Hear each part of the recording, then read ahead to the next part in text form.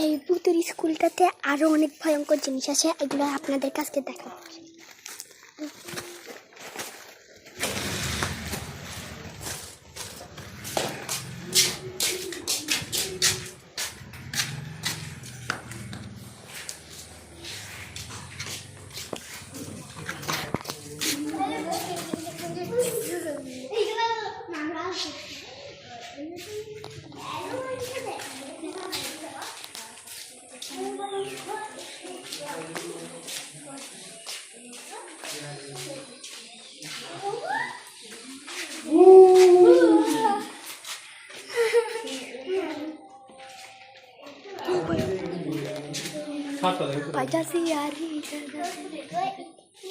চলুন আরো কিছু দেখি। এটা অ্যামাজন জঙ্গলের মতন লাগছে।